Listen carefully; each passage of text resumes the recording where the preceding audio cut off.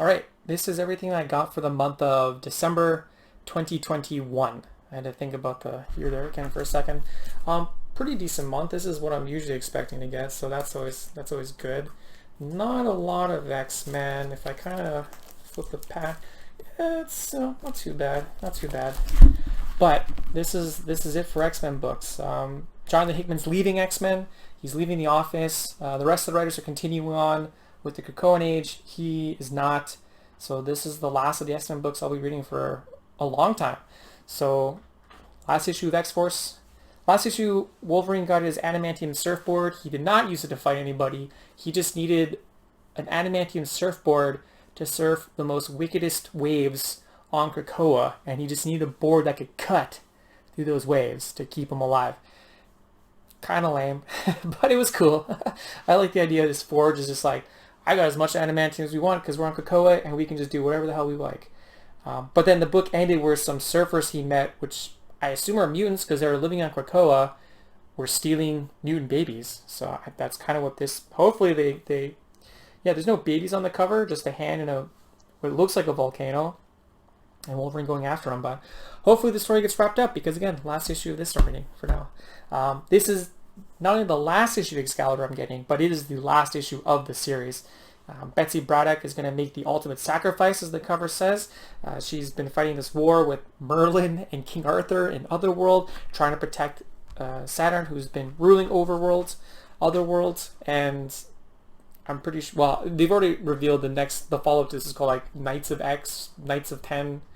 And her sacrifice is she's going to stay behind and close the Krakoan gates and fight Merlin and King Arthur and maybe his evil Knights of the Round Table. I don't know. There are no evil Knights of the Round Table, but I could see that happening.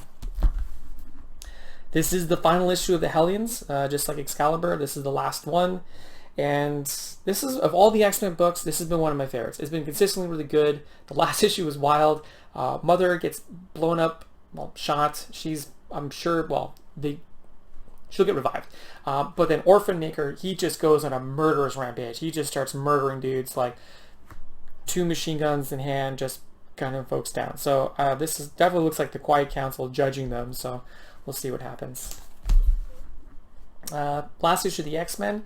Funny enough, this is issue 6, and my rule of thumb is I give every new series 6 issues to impress me. This book did. I would keep reading this if Jonathan Hickman was involved with the X-Men. There's nothing wrong with this one. This has also been really good since the relaunch. This issue, they're introducing a new character, Captain Krakoa. I don't know who he is, but if I had to guess, I'm going to say it's Sunfire, because his head thing looks a lot like Sunfire's, his newer costume he's been wearing in this book. He is one of the members of the X-Men, so we'll see.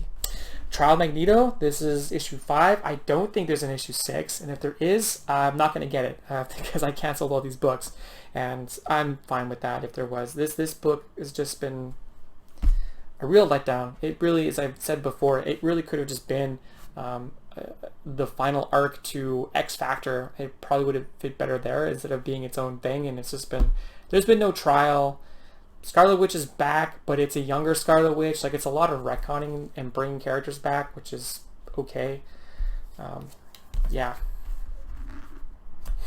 Wolverine. I don't know why Wolverine's swimming and there's a giant monster. The last issue had nothing to do with this. He was actually fighting Maverick, who was hired by some he's a mercenary. He was hired by some bad guys to go on Krakoa and steal some information, and Wolverine stopped with the help of his buddy in the CIA.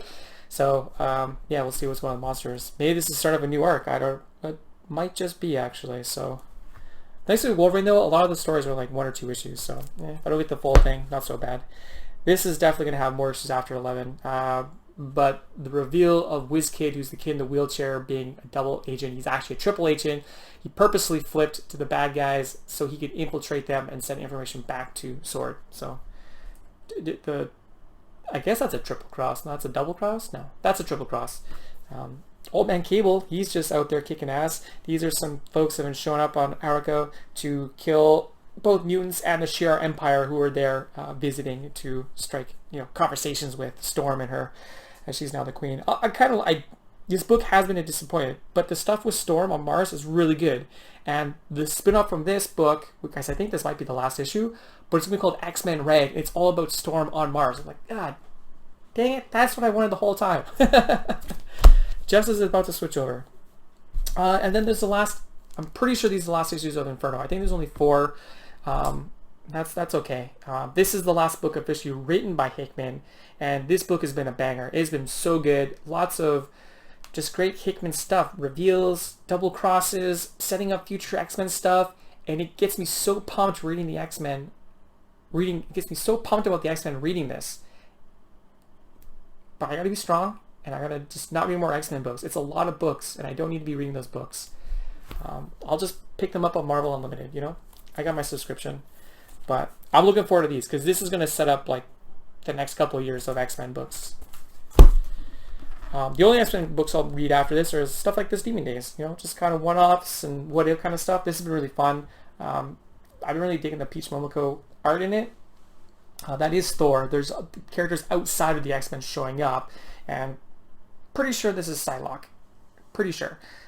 And she's been kind of on the hunt to get revenge on these demons, and they're after her because she's part demon, and it's been a lot of cool. It's been cool. Again, a really nice twist on a lot of like Japanese folklore, kind of told throughout the book too. Defenders, this book is just getting better and better. Each issue, they've been going to a previous like Marvel universe. So they started in the current Marvel universe, then they went back to when Galactus wasn't Galactus, and now they're in the universe before that where it's all magic based, which is really cool. These are all creatures that are fighting while they're there and stuff, but it's really fun. What's the furthest place from here? Second issue. I really like the first issue. Probably not for everybody, but I do like these creators, and it's cool to see them in Image. Gives them a lot more exposure, and people get to do more stuff. This is definitely one of the books that's going to be a slow burn, though. But the kind of slow burn that I really like. Not a slow burn like, should I be reading this? Is it going to pay off? I've read the previous stuff, and it does have payoff, so I just know it's going to be like that, which I'm totally on board for. Yeah, Lore and Other Stories. The first issue was a lot of fun. A couple of different stories told in there. There's like an ongoing one with this character, Laura. It's Gilliam March. It looks really good. I hate saying that it's got a European vibe because this is straight up just Gilliam March's stories when he was working in Europe. So yeah, it's great. Love it. Final issue of Amazing Fantasy. This book has just met every expectation I've had. It's been so much fun. All the heroes now are finally teamed up. They're just going to ride a dragon and kick ass. You know, Spider-Man realized what it means to be Spider-Man again. Captain America got his groove back. Black Widow's, I would say she's got her groove back as well. But they're just teaming up, and they're going to go fight all these fantastic fantasy monsters. Frogmen, bird ladies, space guys. Like, yeah, it's great. I'm so excited. It's going to be one big fight for the most part. A little bit of a cleanup at the end, obviously. Wrap up the story, and then I'll wait and get the collector edition, which they did have an ad for it, and they're calling it a treasury edition, which I think is just a new term Marvel's using to make it sound fancier than a trade, because it's not any bigger than a regular trade. There's not even a hardcover of it right now, so I'll pick it up though. Metric Order, first 2 issues came out last month. This is a very typical Mark Millar book. Like a lot of his stuff he's been writing, especially since his Millerverse got bought by Netflix. This just is literally the second season of a Magic Order TV show. But it's cool. You're seeing the Magic Order is like all these smaller evil magic families that they've been like keeping control of, or like, you know, fighting against. Or like, you know what if we just teamed up and we could take the Magic Order down and then we can rule the earth? And I was like, yeah, it's not like the most original idea, but it's Mark Millar. It's fun. He's having fun with it. I'm digging it. Sword of Hyboria is the new Hellboy miniseries that is all this guy and the sword here, the Sword of Hyboria, which is an ancient weapon that was used to kill demons, and when this guy in the present found it and grabbed it, his soul kind of merged with the soul of the original sword bearer, and he became this badass warrior in the future, well, present day I guess, fighting demons alongside Hellboy and Abe and the BPRD. But this is going to tell the story of, you know, the original kind of, I guess he's a caveman who has a sword. What I love about this story mostly though is it ties into Hyboria, which if you read a lot of Conan, that should be very familiar to you. More Hellboy, The Bones of Giants. This has been another really fun story.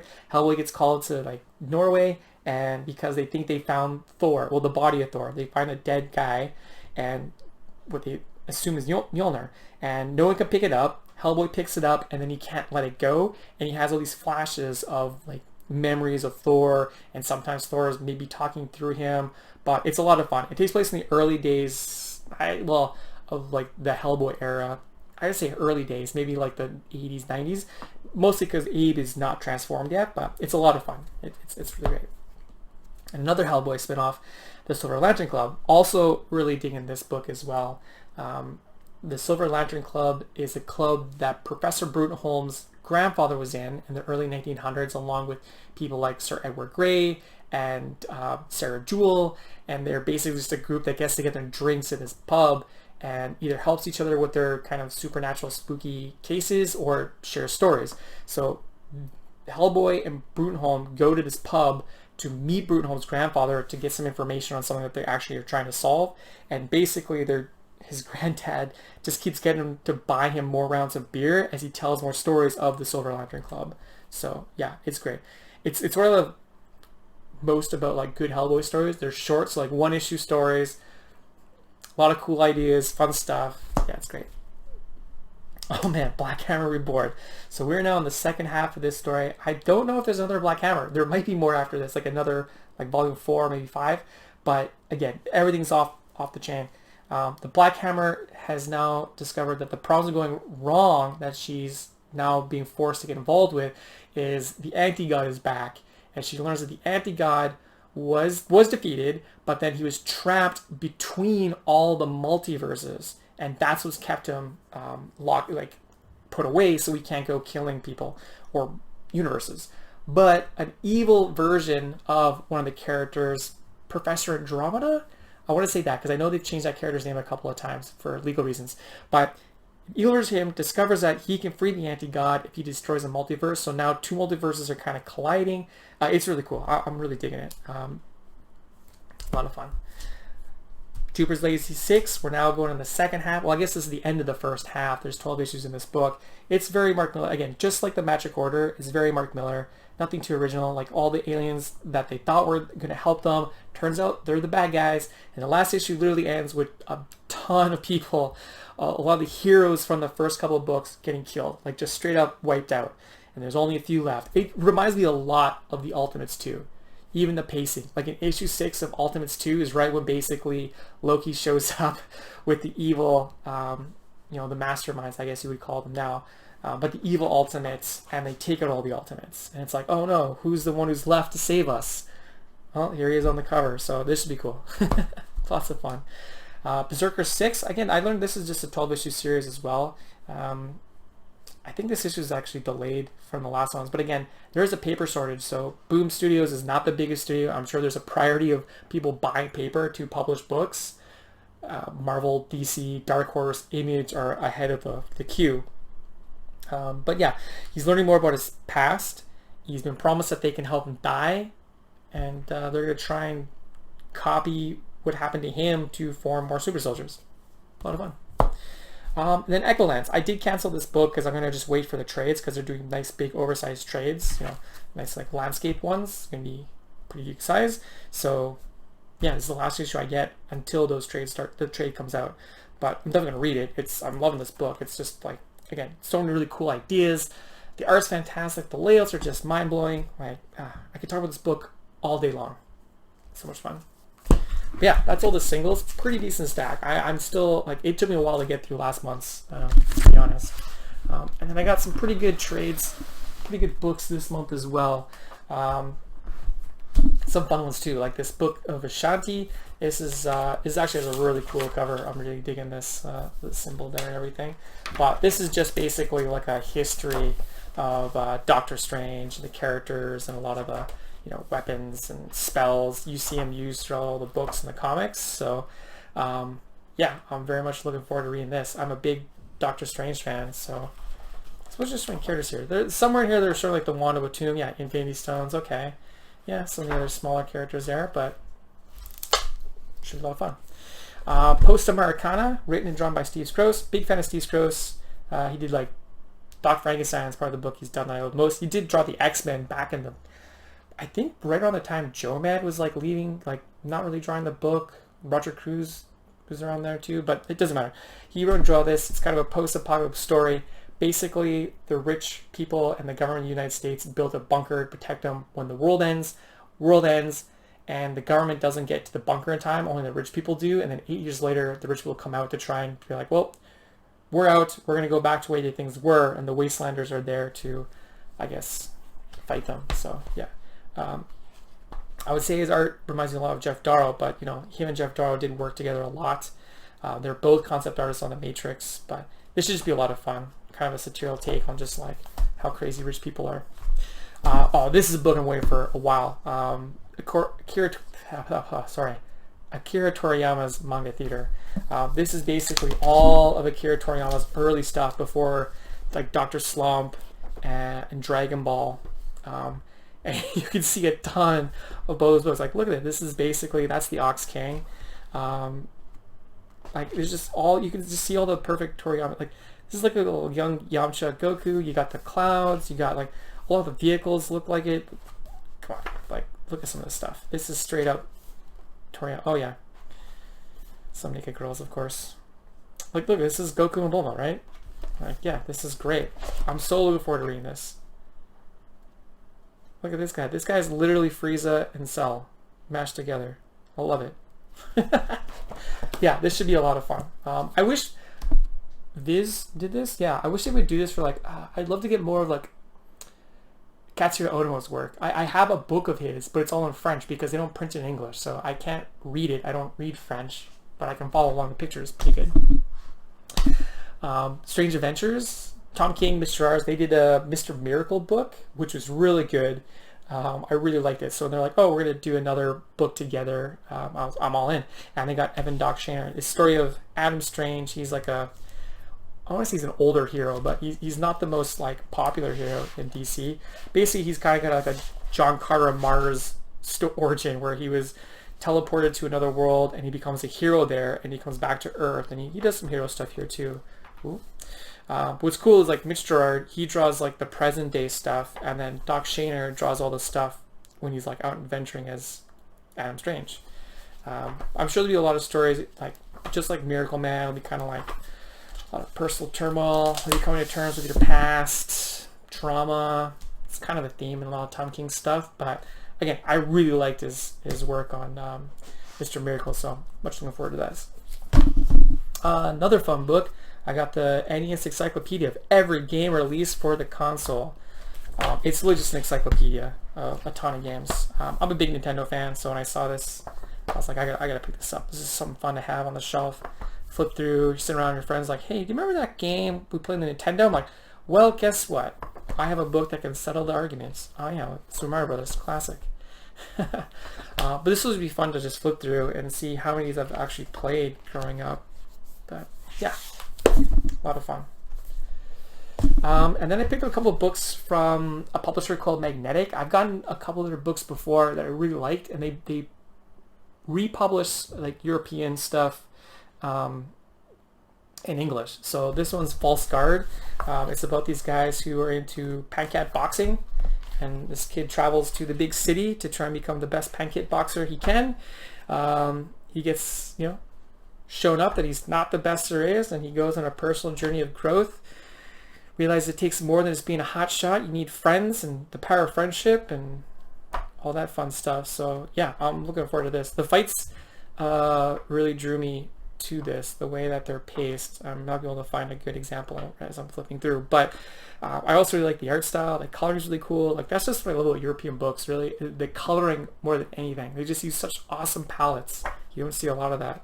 And also, you just don't see this kind of art style in, like, modern, I guess, like, American books. Like, you never see this guy, his name's goes by Merwan. You'd never see Merwan drawing Superman. Maybe like a Superman red and blue, like, story, you know, he gets like 4 or 5 pages to tell a story of Superman. But yeah, this looks really fun. And a weird thing I just like about it, it's got these rounded edges on the inside pages, which is cool. And then finally, I got this one also from Magnetic called Shangri-La by, I'm going to butcher this person's name, but Matthew Bablet.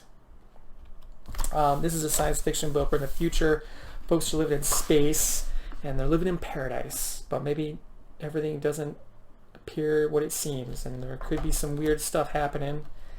But yeah, I like science fiction stuff. I like European comics. So, and again, I've liked everything I've gotten from Magnetica Press so far. So I keep my eye when I see anything kind of cool come out. I also just really like the way they put these collections together. Like that False Guard's got a nice collection. This is a nice hardcover. Yeah, look at these colors in here. This just looks gorgeous. Man, oh man. Yeah. You can always tell European comics because they use, oh, there's no good examples again, but these are square text boxes for dialogue at times.